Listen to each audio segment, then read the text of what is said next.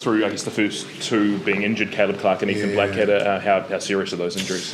Not major injuries, but definitely up for this test. Yes, I'll call them minor injuries. Neither of them would be available to have played this weekend. How much emphasis do you put on the bench with TJ Perenara and Bowden going back there? Yeah, obviously we've looked at it and realised it's really important to have experience at the end of games. It's a great couple of names to put on there with a lot of tests and a lot of experience, and they'll come on and finish the job for us. Wallace Sititi at blindside flank, haven't seen too much of him there for the Chiefs this year, but what gives you the confidence that he's ready for a big test like this? He's a hell of an athlete and built for these sort of games. He's a great skill set, and we've been impressed with him in the last month, and I believe with Ethan's injury it's his time. And just how many of the changes were, I guess, prescribed? I guess you got a couple of injuries as well, but were they reactive to the performance at Ellis Park, or were you always thinking maybe you might put those players to the bench, or we wanted to look at Courtier starting, and it just worked out this way this week for us in that regard, and the opportunity to play Will at fullback and give Sevu, who's a world-class wing with Mark Taleo, he goes pretty well as well. So, we're fortunate we've got some quality players, and this week it's a mix for us. Just lastly from me, you use Will a lot at fullback for the Crusaders. He's only played there once, or started once at test level before, but a big test match. What gives you the confidence he's good to go at fullback? Look, he's fit and he's able, he's trained really well. He covers fullback and wing anyway in the game and the structure that we do play, so he'll slot straight in. He's been around a while. Just on that new look back three, is it going to necessitate much of a change in the way the team's going to play with Will there? Look, you don't have massive change from week to week. It's just more the style of the individual. Look, he's played a lot of rugby with Sevu and Mark before. It depends sort of what kick sort of cycles we get into, or counter-attack opportunities he gets. But look, he'll slot straight in. He knows the game well. And Luke on the bench. Yeah. Can you just talk about that? Yeah, Luke was. We believe that he can cover all three positions. He's captain his super side. He's just what we need, we believe, for this week. Razor, have you ever heard of the Cape Town Maoris? Oh, shivers. Okay. Let's change the subject here. Yeah, sorry. Not for team selection. The Cape Town Maoris, basically Cape Town-based fans. Can you just talk about the fans? Remember that your town's playing, the New Zealand team's playing at Newlands. Oh, yeah. Well, we've had plenty of supporters outside the hotel. They love a selfie and an autograph, and they know the players just as well as they do at home. Look, I know there's a lot of passionate supporters here, so we're looking forward to playing in front of them. Just what's your stance on overseas-based players playing for the All Blacks? Overseas-based players, that's Richie Morgan. Your stance on that? I think the CEO covered that off pretty clearly the other day, didn't he, with his answer. They're the current laws and rules, so that's what they are. Razor, back to the team selection stuff. Yeah. But with the likes of TJ and Bowden going back to the bench, everyone wants to start. But how were they receptive, obviously, to the idea of going back to the bench and acknowledging a little bit that the bomb squad, what they do bring, you do need experience coming off the bike? Yeah, it's a tough conversation. Both of them were, they're great team men. They've been around for a long period of time. They know the All Black jersey is so important to all of us, and that if they need to come on and finish a job, they will. And you've got to be really respectful in those conversations and talk through the reasons why. But that they understood, and they want to start, as you said. They want to start. They want to be out there for the majority of the match. But it's just how we finish the match is the key. So what is Curtis Latimer doing? You haven't seen much of him as a scrummer. Oh, he's quick. He's got a great pass. He's intuitive. Gets himself in some great support roles. He does all the basics really well. He's a great competitor. Did you consider a 6-2 bench split at all? We know the The Boks, they like it, and sometimes they even go 7-1. Yeah, we were thinking 8-0. Yeah, but But it didn't last that long, so. Just in terms of the challenge of the Boks, what do you think you guys need to do differently this time to get over the line? Oh, look, obviously last week we gave our opportunities with, 10 minutes to go and a little bit of discipline and just gave them too many opportunities inside our 22. It was fine margins, the whole game, and that's test footy. So we looked at all our efforts and then focused on areas we could be better, and one of them is obviously finishing matches. We saw what happened last week with the game, but what are you hoping for from the officiating point of view? Consistency. It's consistencies in calls. Yeah. Razor, what have you made of the Springboks holding off their team announcement until later today? They obviously normally name their team on Tuesday. What are your thoughts about that? I expect everything. Expect everything from them. Good. That's fine. They name it at the time they need to, and it's not Tuesday, it's Thursday, isn't it? Like everyone else. So, I'm looking forward to hearing it. Just on Ethan, he's obviously had a few injury setbacks through his career. How tough for him to have another one? Yeah, it's like I said, it's minor, but man, he's in some hell of form. Going through them clips with him last night, and just an acceleration to everything. He sort of doesn't pump the brakes too often, old Ethan. And it was great that he got his body into Test match level, and he could play consistently and have the impact on that match. So, not naming him has been pretty difficult because he deserves that opportunity, and he'll be back pretty quickly. And that's a good thing.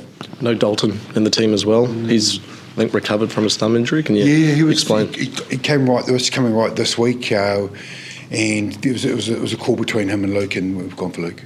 Yeah. How important is it to win the Freedom Cup, given that you've held it for so long? Oh, obviously it means a lot.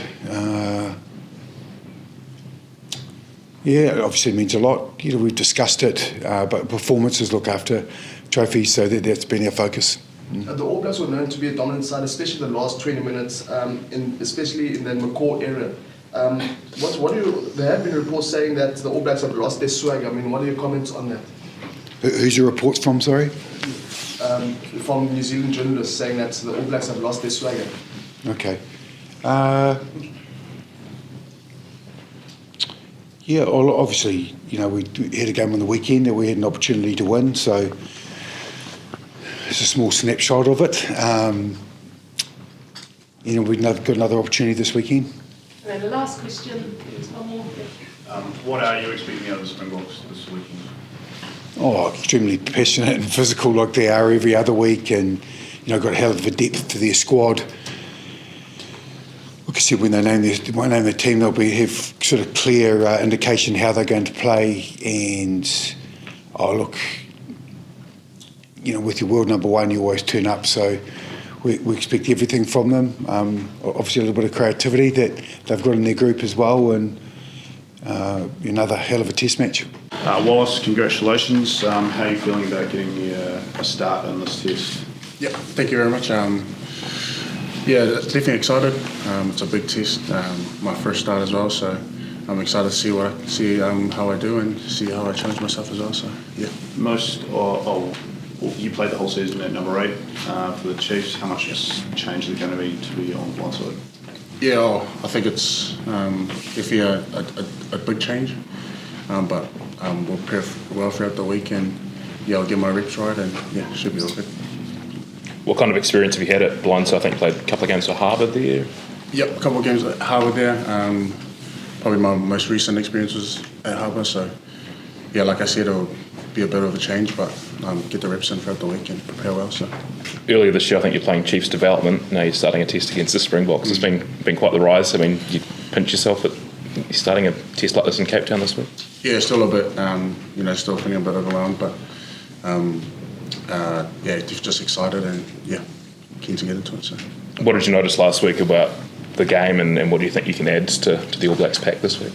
Yeah, I think the big one is being able to play for the full 80, being able to keep that level high right throughout the entire game, and like we all know, it's a physical game, so I'll be expecting that this week as well. So.